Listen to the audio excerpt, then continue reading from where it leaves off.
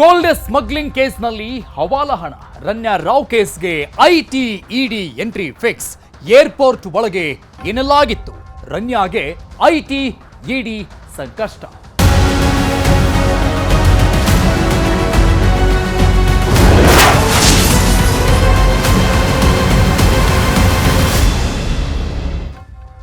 Ranya gold secret ಬಗೆದಷ್ಟು ಹೊರಗೆ ಬರ್ತಾನೆ ಇದೆ. ನಟಿ ರನ್ಯಾ ಗೋಲ್ಡ್ ಕೇಸ್ ತನಿಖೆಗೆ ಈಗ ಇಡಿ ಎಂಟ್ರಿ ಆಗಿದೆ. ರನ್ಯಾ ಮನೆ ಮೇಲೆ ಇಡಿ ಅಧಿಕಾರಿಗಳು ದಾಳಿ ಮಾಡಿ ಶೋಧ ನಡೆಸ್ತಾ ಇದ್ದಾರೆ, ಹುಡುಕಾಡ್ತಾ ಇದ್ದಾರೆ. ಬೆಂಗಳೂರಿನ ಲೆವೆಲ್ ರಸ್ತೆಯಲ್ಲಿರುವಂತಹ ರನ್ಯಾ ಮನೆಯಲ್ಲಿ ನಡೀತಾ ಇರುವಂತಹ ಶೋಧ. 8ಕ್ಕೂ ಹೆಚ್ಚು ಅಧಿಕಾರಿಗಳಿಂದ ರನ್ಯಾ ಮನೆಯಲ್ಲಿ ಶೋಧ ನಡೀತಾ ಇದೆ, ಹುಡುಕಾಟ ಆಗ್ತಾ ಇದೆ. ರನ್ಯಾಳ ಮನೆಗೆ ಊಟ ತರಿಸಿಕೊಂಡಿದ್ದಾರೆ ಇಡಿ ಅಧಿಕಾರಿಗಳು. ಅಂದ್ರೆ ನಿರಂತರವಾಗಿ ಅಲ್ಲೇ ಊಟವನ್ನು ತರಿಸಿಕೊಂಡಿದ್ದಾರೆ ಅಂದ್ರೆ ಇದರ ಅರ್ಥ ನಿರಂತರವಾಗಿ ಶೋಧ ಕಾರ್ಯ ನಡೀತಾ ಇದೆ ಮನೆಯಲ್ಲಿ. ರನ್ಯಾ ಮನೆಯಲ್ಲಿ 2 ಕೋಟಿ ಹಣ ಪತ್ತೆಯಾಗಿತ್ತು. ಡಿಆರ್ಐ ಅಧಿಕಾರಿಗಳು ಮನೆಗೆ ಬಂದಾಗ ಜೊತೆಗೆ 2 ಕೋಟಿ ಮೌಲ್ಯದ ಚಿನ್ನಾಭರಣ ಸಿಕ್ಕಿತ್ತು. ಆ 12 ಬಿಸ್ಕೆಟ್ ಬೇರೆ, ಅದು ಕಸ್ಟಮ್ಸ್ ಅಧಿಕಾರಿಗಳು ವಶಕ್ಕೆ ಪಡೆದುಕೊಂಡಿದ್ರು. ಈ ಬಗ್ಗೆ ಪರಿಶೀಲನೆಗೆ ಈಗ ಇಡಿ ಅಧಿಕಾರಿಗಳು ಮುಂದಾಗಿದ್ದಾರೆ. ಡಿಆರ್ಐನಲ್ಲಿ ದಾಖಲಾಗಿರುವ ಆಧಾರದ ಮೇಲೆ ಇಡಿ ಇಸಿಐಆರ್ ಅನ್ನು ದಾಖಲಿಸಿ ಬೆಂಗಳೂರಿನ ಹಲವು ಕಡೆ ರೇಡ್. ಪಿಎಂಎಲ್ಎ ಕಾಯ್ದೆ ಅಡಿಯಲ್ಲಿ ಕೇಸ್ ದಾಖಲಾಗಿರೋದು. ಅಂದ್ರೆ ಮನಿ ಲಾಂಡ್ರಿಂಗ್, ಅಕ್ರಮ ಹಣ ವರ್ಗಾವಣೆ ಕೇಸ್. ಪಿಎಂಎಲ್ಎ ಕಾಯ್ದೆ ಅಡಿಯಲ್ಲಿ ಕೇಸ್ ದಾಖಲಾಗಿದೆ. ಮನಿ ಲಾಂಡ್ರಿಂಗ್ ಆಗಿರೋದು ಮೇಲ್ನೋಟಕ್ಕೆ ಪತ್ತೆಯಾಗಿದೆ. ಆ ರೀತಿಯಾದಂತಹ ಒಂದಿಷ್ಟು ಅನುಮಾನಗಳು ಕಾಡ್ತಾ ಇರೋದ್ರಿಂದ ಸ್ಮಗ್ಲಿಂಗ್ಗೆ ಹವಾಲಾ ಹಣ ವರ್ಗಾವಣೆ ಆಗಿದೆ ಅನ್ನುವಂತಹ ಶಂಕೆ ಕೂಡ ವ್ಯಕ್ತವಾಗಿದೆ. ಹಾಗಾಗಿ ಬಹಳಷ್ಟು ಗಂಭೀರವಾಗಿ ಪರಿಗಣಿಸಲಾಗಿದೆ.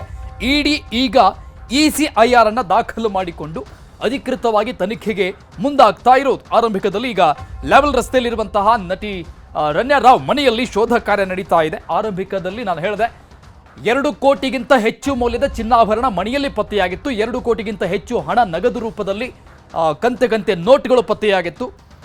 ಯಾವಾಗ ಈಕೆ ಕಸ್ಟಮ್ಸ್ ಅಧಿಕಾರಿಗಳಿಗೆ ಅಂತಾರಾಷ್ಟ್ರೀಯ ವಿಮಾನ ನಿಲ್ದಾಣ ಬೆಂಗಳೂರಲ್ಲಿ ಸಿಕ್ಕಾಕೊಳ್ತಾಳೆ, ಆ ನಂತರದಲ್ಲಿ ಈಕೆಯನ್ನ ಮನೆಗೆ ಕರ್ಕೊಂಡು ಬಂದು ಡಿಆರ್ಐ ಅಧಿಕಾರಿಗಳು ಶೋಧ ನಡೆಸ್ತಾರೆ. ಆಗ ಸಿಕ್ಕಿತ್ತು. ಎಲ್ಲ ಬೆಳವಣಿಗೆಗಳ ನಂತರದಲ್ಲಿ ಈಗ ಇಡಿ ಅಧಿಕೃತವಾಗಿ ಎಂಟ್ರಿ ಆಗಿದೆ. ಬೆಂಗಳೂರಿನ ಲೆವೆಲ್ ರಸ್ತೆಯಲ್ಲಿರುವಂತಹ ಮನೆಯ ದೃಶ್ಯವನ್ನ ನೋಡ್ತಾ ಇದ್ದೀವಿ ನಮ್ಮ ಸ್ಕ್ರೀನ್ ಮೇಲೆ. ಈ ಮನೆಯಲ್ಲಿ ಅಧಿಕಾರಿಗಳ ನಿಯೋಗ ಬೆಳಗ್ಗೆಯಿಂದ ನಿರಂತರವಾಗಿ ಶೋಧ ನಡೆಸ್ತಾ ಇದ್ದಾರೆ. ಇನ್ನು ಏನಾದರೂ ಬೆಲೆ ಬಾಳುವಂತಹ ವಜ್ರಗಳು, ಡೈಮಂಡ್ಸ್, ಬಂಗಾರ, ಬಿಸ್ಕೆಟ್ಸ್ ಏನಾದರೂ ಸಿಗಬಹುದಾ ಅನ್ನುವಂಥ ನಿಟ್ಟಿನಲ್ಲಿ ಅಥವಾ ಒಂದಿಷ್ಟು ದಾಖಲಾತಿಗಳಿಗಾದರೂ ಕೂಡ ಇಡಿ ಅಧಿಕಾರಿಗಳು ಹುಡುಕಾಟಕ್ಕೆ ಮುಂದಾಗಿದ್ದಾರೆ. ಗೋಲ್ಡ್ ಸ್ಮಗ್ಲಿಂಗ್ ಕೇಸ್ ನಟಿ ರನ್ಯಾ ರಾವ್ ಆಕೆ ಸುತ್ತ ಗಿರಿಕೆ ಹೊಡಿತಾ ಇರುವಂಥದ್ದು, ಆದರೆ ಬಹಳಷ್ಟು ಆಯಾಮಗಳನ್ನು ಪಡೆದುಕೊಳ್ತಾ ಇದೆ. ಈ ಒಂದು ಪ್ರಕರಣದಲ್ಲಿ ಮನಿ ಲಾಂಡ್ರಿಂಗ್ ಆಗಿರೋದು ಮೇಲ್ನೋಟಕ್ಕೆ ಪತ್ತೆಯಾಗ್ತಾ ಇದೆ. ಪ್ರಬಲವಾದಂತಹ ಅನುಮಾನಗಳಿಗೆ ಕಾರಣ ಆಗಿರೋದು ನಟಿ ರನ್ಯಾ ರಾವ್ನ ಟ್ರಾವೆಲ್ ಹಿಸ್ಟ್ರಿ ಆಗಿರಬಹುದು. ಆಕೆ 60 ದಿನಗಳಲ್ಲಿ ಅಂದರೆ 2 ತಿಂಗಳಲ್ಲಿ ಸುತ್ತಾಡಿದಂತಹ ಎಷ್ಟೆಲ್ಲ ಕಂಟ್ರಿಗಳಿದೆ ಆಕೆಯ ಪ್ರವಾಸದ ಹಿಸ್ಟ್ರಿ, ಅದು ಜೊತೆಗೆ ಆಕೆ ಇತ್ತೀಚೆಗೆ 4-5 ದೇಶಗಳಿಗೆ ಹೋದಂಥ ಸಂದರ್ಭದಲ್ಲಿ ಆಕೆ ತೊಟ್ಟಂಥ ಬಟ್ಟೆ ಸೇಮ್ ಟು ಸೇಮ್ ಅದೇ ಬಟ್ಟೆಯನ್ನ ಪ್ರತಿ ಬಾರಿ ಬೇರೆ ದೇಶಕ್ಕೆ ಹೋದಾಗ ಅದೇ ಬಟ್ಟೆಯನ್ನ ಹಾಕಿಕೊಳ್ತಾ ಇದ್ಲು. ಅದು ಕಸ್ಟಮೈಸ್ ಮಾಡಿ ರೆಡಿ ಮಾಡಿದಂಥ ಬಟ್ಟೆ ಅನ್ನುವಂಥದ್ದು ಕೂಡ ಪತ್ತೆಯಾಗಿದೆ. ಹಾಗಾಗಿ ಬಹಳಷ್ಟು ಅನುಮಾನಕ್ಕೆ ಕಾರಣ ಆಗಿದೆ. ಪಿಎಂಎಲ್ಎ ಆಕ್ಟ್ ಅಡಿಯಲ್ಲಿ ಕೇಸ್ ದಾಖಲಾಗಿದೆ, ಇಸಿಐಆರ್ ದಾಖಲಾಗಿದೆ. ಇಡಿಯಲ್ಲಿ ಡಿಆರ್ಐನಲ್ಲಿ ದಾಖಲಾಗಿರುವಂತಹ ಕೇಸ್ನ ಆಧಾರದ ಮೇಲೆ ಇಡಿ ಕೂಡ ಇಸಿಐಆರ್ ಅನ್ನ ದಾಖಲು ಮಾಡಿಕೊಂಡಿದೆ. ಸಾಮಾನ್ಯವಾದಂತಹ ಕೇಸ್ಗಳಲ್ಲಿ ಎಫ್ಐಆರ್ ಯಾವ ರೀತಿಯಾಗಿ ದಾಖಲಾಗುತ್ತೆ ಪೊಲೀಸ್ ಸ್ಟೇಷನ್ಗಳಲ್ಲಿ, ಇಡಿಯಲ್ಲಿ ಆ ರೀತಿಯಾದಂತಹ ಕೇಸ್ ದಾಖಲಾಗಿರುವಂಥದ್ದು ಇಸಿಐಆರ್ ಅಂತ ದಾಖಲು ಮಾಡಿಕೊಳ್ತಾರೆ. ಅದನ್ನು ದಾಖಲು ಮಾಡಿಕೊಂಡು ಈಗ ಅಧಿಕೃತವಾಗಿ ಇಡಿ ಕೂಡ ತನಿಖೆಯನ್ನು ಮುಂದುವರಿಸ್ತಾ ಇದೆ. ಲೆವೆಲ್ ರಸ್ತೆಯಲ್ಲಿರುವಂತಹ ನಟಿ ರನ್ಯಾ ರಾವ್ ಮನೆಯಲ್ಲಿ ಶೋಧ ನಡೀತಾ ಇದೆ. ಈಕೆಯ ಗಂಡ ಜೊತೆಗೆ ಈಕೆಯ ಆಪ್ತರ ಮನೆಯಲ್ಲೂ ಕೂಡ ಶೋಧ ಕಾರ್ಯ ನಡೀತಾ ಇತ್ತು. ಇನ್ನೂ ಕೂಡ ಶೋಧ ನಡೀತಾ ಇದೆ. ಇವಾಗ ಇನ್ನಷ್ಟು ಡೀಟೇಲ್ಸ್ ಕೊಡ್ತಾರೆ ನಮ್ಮ ಪ್ರತಿನಿಧಿ ಮಂಜುನಾಥ್ ಆರ್ಯ ದೂರವಾಣಿ ಸಂಪರ್ಕದಲ್ಲಿದ್ದಾರೆ. ಮಂಜು, ಇದು ನಿರಂತರವಾದಂಥ ಒಂದು ವರತಿ ಅಂತ ಕರೀತಾರೆ, ಅಂದ್ರೆ ಬಗೆದಷ್ಟು ನೀರು ಬರುತ್ತಲ್ಲ ಹಾಗೆ ಬಗೆದಷ್ಟು ಒಂದಿಷ್ಟು ರಹಸ್ಯಗಳು ಸಿಗ್ತಾನೆ ಇದೆ ಈ ರನ್ಯಾ ರಾವ್ ಕೇಸ್ನಲ್ಲಿ. ಈಗ ಬೆಳಗ್ಗೆಯಿಂದ ಈ ಶೋಧ ಕಾರ್ಯ ಈ ಲೆವೆಲ್ ಮನೆಯಲ್ಲಿ ನಡೀತಾ ಇದೆ. ಎಷ್ಟು ಜನ ಅಧಿಕಾರಿಗಳು ಏನಾದರೂ ಲಭ್ಯ ಆಗಿದೆಯಾ ಇಲ್ಲಿವರೆಗೂ ಸಿಕ್ಕಿದ್ದನ್ನ ಹೊರತುಪಡಿಸದಂಗೆ? ಖಂಡಿತವಾಗ್ಲೂ ಅರುಣ್, ಈ ಒಂದು ಸ್ಮಗ್ಲಿಂಗ್ ಪ್ರಕರಣಕ್ಕೆ ಸಂಬಂಧಪಟ್ಟಂತೆ 3 ತನಿಖಾ ಸಂಸ್ಥೆಗಳು ಕೂಡ ಅಷ್ಟೇ 3 ರೀತಿಯಾದಂತಹ ಆಯಾಮದಲ್ಲಿ ಇನ್ವೆಸ್ಟಿಗೇಷನ್ ಅನ್ನು ಮಾಡ್ತಿರುವಂತದ್ದು. ನೀವು ಹೇಳಿದಂಗೆ ಈ ಒಂದು ಪ್ರಕರಣದಲ್ಲಿ ಇನ್ವೆಸ್ಟಿಗೇಷನ್ ಮಾಡ್ತಾ ಬೇರೆ ಬೇರೆ ರೀತಿಯಂತಹ ಸ್ವರೂಪಗಳನ್ನ ಪಡ್ಕೊಂತಾ ಇರುವಂತದ್ದು. ಯಾಕಂದ್ರೆ ಮೊದಲನೇ ಬಾರಿ DRI ಅಧಿಕಾರಿಗಳು ಇನ್ವೆಸ್ಟಿಗೇಷನ್ ಮಾಡ್ತಾರೆ, ರನ್ಯಾ ರಾವ್ನ ಬಂಧನ ಮಾಡ್ತಾರೆ, ಬಂಧನ ಮಾಡಿ ಕಸ್ಟಡಿಗೆ ಪಡ್ಕೊಂತಾರೆ. ಕಸ್ಟಡಿಗೆ ಪಡ್ಕೊಂಡು ಎನ್ಕ್ವೈರಿ ಮಾಡಿದಂತಹ ಸಂದರ್ಭದಲ್ಲಿ ಆ ಒಂದು ಗೋಲ್ಡ್ ಅನ್ನ ಯಾವ ರೀತಿ ಸ್ಮಗಲ್ ಮಾಡಿದ್ರು ಅನ್ನುವಂಥದ್ದನ್ನ ಅವರು ಸವಿಸ್ತಾರವಾಗಿ ಪೊಲೀಸರ ಮುಂದೆ ಒಂದು ಹೇಳಿಕೆಯನ್ನು ಕೂಡ ಅಷ್ಟೇ ಕೊಟ್ಟಿದ್ರು. ಆ ಒಂದು ಹೇಳಿಕೆಯನ್ನು ನೋಡಿದ್ರೆ ಬಹಳ ಸ್ಪಷ್ಟವಾಗಿ ಅಧಿಕಾರಿಗಳಿಗೆ ಒಂದು ಡೌಟ್ ಬರುವಂತದ್ದು. ಈ ಒಂದು ಹವಾಲಾ ರೂಪದಲ್ಲಿ ಈ ಒಂದು ಗೋಲ್ಡ್ ಅನ್ನ ಸ್ಮಗಲ್ ಮಾಡ್ತಿರುವಂತದ್ದು ಕೂಡ ಅಷ್ಟೇ ಮೇಲ್ನೋಟಕ್ಕೆ ಮತ್ತು ಪ್ರಾಥಮಿಕ ತನಿಖೆ ವೇಳೆಯಲ್ಲಿ ಬಯಲಾಗಿತ್ತು. ಅದರಲ್ಲಿ ಪ್ರಮುಖವಾಗಿ ಇವ್ರದೇ ಆದಂತಹ ಒಂದು ನೆಟ್ವರ್ಕ್ ಮತ್ತು ಸಿಂಡಿಕೇಟ್ ಇದೆ ಅನ್ನುವಂಥದ್ದು ಕೂಡ ಈಗಾಗಲೇ ಪೊಲೀಸರ ಮತ್ತು DRI ಅಧಿಕಾರಿಗಳ ಇನ್ವೆಸ್ಟಿಗೇಷನ್ ಸಂದರ್ಭದಲ್ಲಿ ಗೊತ್ತಾಗಿರುವಂತದ್ದು. ಯಾಕಂದ್ರೆ ಕೇವಲ ರನ್ಯಾ ರಾವ್ ಮಾತ್ರನೇ ಸುಮಾರು 15-14 kg ಚಿನ್ನವನ್ನ ತಗೊಂಡ್ ಬರುವಂತ ಸಾಧ್ಯನೇ ಇಲ್ಲ. ಇದೊಂದು ಸಿಂಡಿಕೇಟ್ ಇದೆ. ಆ ಒಂದು ಚಿನ್ನವನ್ನ ದುಬೈನಿಂದ ಬೆಂಗಳೂರಿಗೆ ತಂದು ಬೆಂಗಳೂರಿನಲ್ಲಿ ಅದು ಡಿಸ್ಪೋಸಲ್ ಮಾಡಬೇಕಾಗಿತ್ತು ಅನ್ನುವಂಥದ್ದು ಕೂಡ ಈಗಾಗಲೇ ತನಿಖೆ ಸಂದರ್ಭ ಬಯಲಾಗಿದೆ.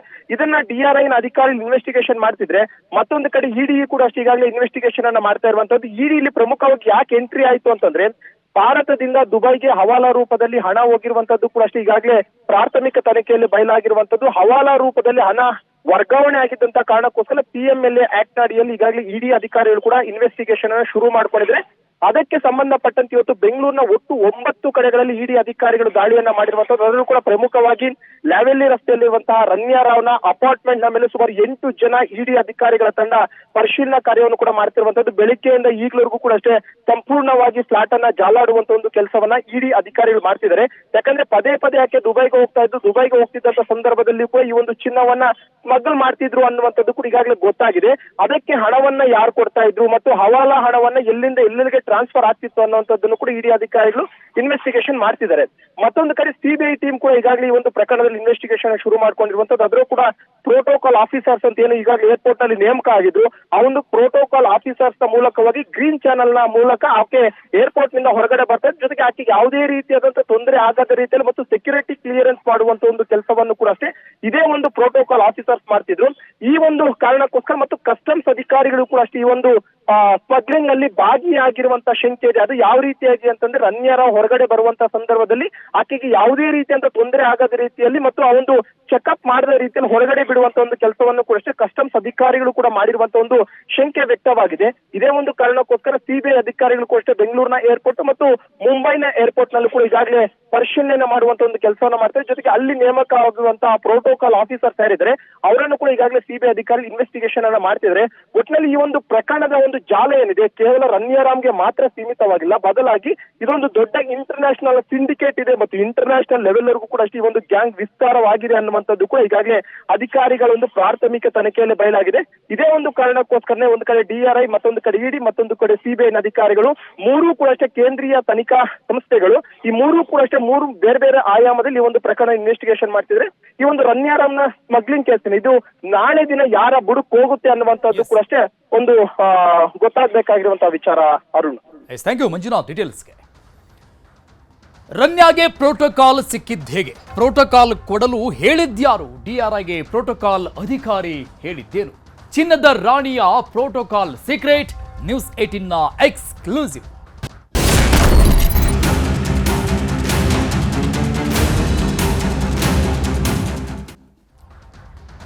ಚಿನ್ನದ ಕಳ್ಳಿ ರನ್ಯಾ ರಾವ್ ಕುರಿತ ಅತಿ ದೊಡ್ಡ ಸುದ್ದಿ. ರನ್ಯಾ ಅಷ್ಟೊಂದು ಸುಲಭವಾಗಿ ಹೇಗೆ, ಯಾವ ರೀತಿಯಾಗಿ ಏರ್ಪೋರ್ಟ್ ನಿಂದ ಹೊರಗಡೆ ಬರ್ತಾ ಇದ್ದು, ಆ pin to pin details news 18 ಕೊಡ್ತಾ ಇದೆ. ಏರ್ಪೋರ್ಟ್ ನಿಂದ ಸಲೀಸಾಗಿ ಈಕೆ ಯಾವ ರೀತಿಯಾಗಿ ಹೊರಗೆ ಬರ್ತಾ ಇದ್ದು, ರನ್ಯಾ ರಾವ್ಗೆ ಪ್ರೋಟೋಕಾಲ್ ನೀಡ್ತಾ ಇದ್ದವರು ಯಾರು? ಹಾಗಾದ್ರೆ ಅವರೆಲ್ಲ ಶಾಮೀಲಾಗಿದ್ದಾರಾ? ಪ್ರೋಟೋಕಾಲ್ ನೀಡಲು ಸೂಚನೆ ಕೊಟ್ಟಿದ್ಯಾರು? ಇದೇ ರೀತಿಯಾಗಿ ಆಕೆಯನ್ನ ಏರ್ಪೋರ್ಟ್ ನಿಂದ ಹೊರಗಡೆ ಕರೆದುಕೊಂಡು ಬರಬೇಕು ಅನ್ನುವಂಥ ನಿಟ್ಟಿನಲ್ಲಿ ಆ ಪ್ರೋಟೋಕಾಲ್ ಸೂಚನೆ ಕೊಟ್ಟಿದ್ಯಾರು? ಪ್ರೋಟೋಕಾಲ್ ಆಫೀಸರ್ ಬಸವರಾಜ್ ಈ ಸಂಬಂಧಪಟ್ಟಂಗೆ ಮಾತಾಡಿದ್ದಾರೆ ಅಧಿಕಾರಿಗಳ ಮುಂದೆ. ಅಂದ್ರೆ ವಿಚಾರಣೆ ಸಂದರ್ಭದಲ್ಲಿ ಈ ಬಸವರಾಜ್ ಹೇಳಿಕೆ ದಾಖಲಾಗಿದೆ. DRI ದಾಖಲಿಸಿರುವಂತಹ ಆ ಹೇಳಿಕೆಯ ಪ್ರತಿ ನ್ಯೂಸ್ 18ಗೆ ಲಭ್ಯ ಆಗಿದೆ. ರನ್ಯಾ ರಾವ್ಗೆ ಗ್ರೀನ್ ಚಾನೆಲ್ ದಾಟಿಸಿದ್ದ ಬಸವರಾಜ್ ಪ್ರೋಟೋಕಾಲ್ಗೆ ಸೂಚನೆ ಕೊಟ್ಟಿದ್ದು DGP. DRIಗೆ ಕಾನ್ಸ್ಟೇಬಲ್ ವಿಚಾರಣೆಯ ಸಂದರ್ಭದಲ್ಲಿ ಕೊಟ್ಟಂತ ಹೇಳಿಕೆ, ಆ ಹೇಳಿಕೆಯ ಪ್ರತಿ ನ್ಯೂಸ್ 18ಗೆ ಲಭ್ಯ ಆಗಿದೆ. ಈಗ DGPಗೆ ಢವಢವ ಶುರುವಾಗಿರುವಂಥದ್ದು. ಸದ್ಯ ಹೆಡ್ ಕಾನ್ಸ್ಟೇಬಲ್ ಆಗಿರುವಂಥ ಬಸವರಾಜ್ ಗ್ರೀನ್ ಚಾನೆಲ್ ಮೂಲಕವಾಗಿ ಈ ನಟಿ ರನ್ಯಾ ರಾವ್ ಅವ್ರನ್ನ ಏರ್ಪೋರ್ಟ್ನಿಂದ ಹೊರಗಡೆ ಕರೆದುಕೊಂಡು ಬಂದಿರುವಂಥದ್ದು. ಇದೇ ರೀತಿಯಾಗಿ ಪ್ರೋಟೋಕಾಲ್ ಅನ್ನ ಬಳಸಿ ಆಕೆಯನ್ನು ಹೊರಗಡೆ ಕರೆದುಕೊಂಡು ಬರಬೇಕು ಅಂತ ಹೇಳಿದ್ಯಾರು? ಪ್ರೋಟೋಕಾಲ್ ನೀಡುವಂತೆ ರಾಮಚಂದ್ರ ರಾವ್ ಸೂಚನೆ ಕೊಟ್ಟಿದ್ದು ಡಿಜಿಪಿ. ಈ ರೀತಿಯಾದಂತಹ ಹೇಳಿಕೆಯನ್ನು ಬಸವರಾಜ್ ಕೊಟ್ಟಿದ್ದಾರೆ.